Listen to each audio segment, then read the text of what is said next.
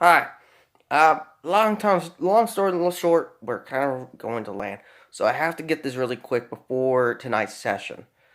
This is one of those bugbear stories, and I need to sit down somewhere, but close. Whatever. Still not close. But okay. Long time ago, when Gumbear was a wee little bear. Um, Basically, he always has dreams of a flying boot. And every day he was always looking around checking to see if, people had boots. Anyways, he always dreamed of prophecy, but he never thought it came true. But it was something like his destiny, in a way. Basically, when he was younger, he had a little boot that he used to cuddle with and all that. I don't know.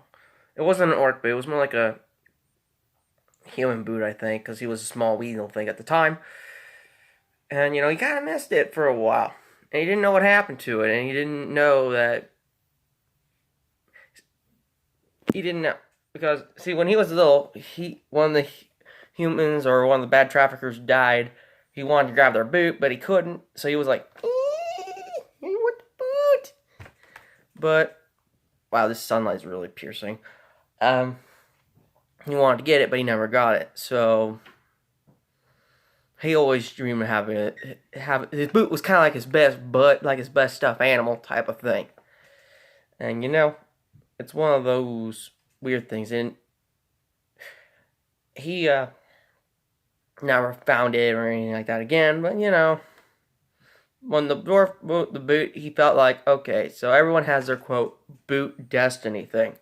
In other words, they're going to be given a boot by a being stronger or whatever other than them to give them the boot, and that boot is the reason why that he believes boots could potentially be gods in this scenario because of the divine entity of unknown to him at the time that a boot could become a god type of thing. Now you're probably thinking, what the hell? Does that mean Nike has the eye tensions?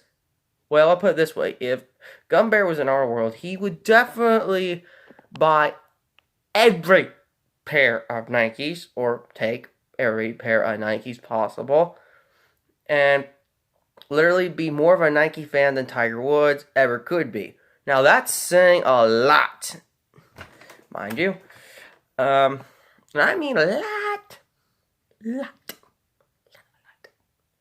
Anyway, so he believes that eventually the boots that he originally lost will come back to him one of these days. Even though he kind of feels like it's never going to happen, but he has that little tiny bit of hope. Side note though, he believes that the boots are like passageways that guide people in the way they walk. He doesn't believe that people just walk in them. He believes the boots lead them, type of thing. In that sense, that's what he believes. And the reason why he doesn't walk in them because he wants to be able to not forcefully disobey the boot. He rather have the boot lead. That's the reason why he always throws it, because he believes that throwing the boot will lead him to where he needs to go, even though he knows where he's throwing it, but he doesn't think that way. He believes the balance of good and evil in a way. He believes that some evils can be used for good and some good can be used for evil. He definitely knows that because he saw bad trade deals with Father Dwarf and all that go kapooey and all that. And he always saw them wearing he always looked at people's boots. And he always looked at them like, okay, he always had like that extra sense of bootery. Is that even a word? Google that later. What else? The reason why he follows Darian all the time is because he was the first. He feels like he's the voice of the boot, kind of thing. Because we really haven't talked about it, but Darian has some really nice boots that he's wearing, I think. So he kind of listened to him because he saw. Yeah. Gotta go. See you tonight, hopefully.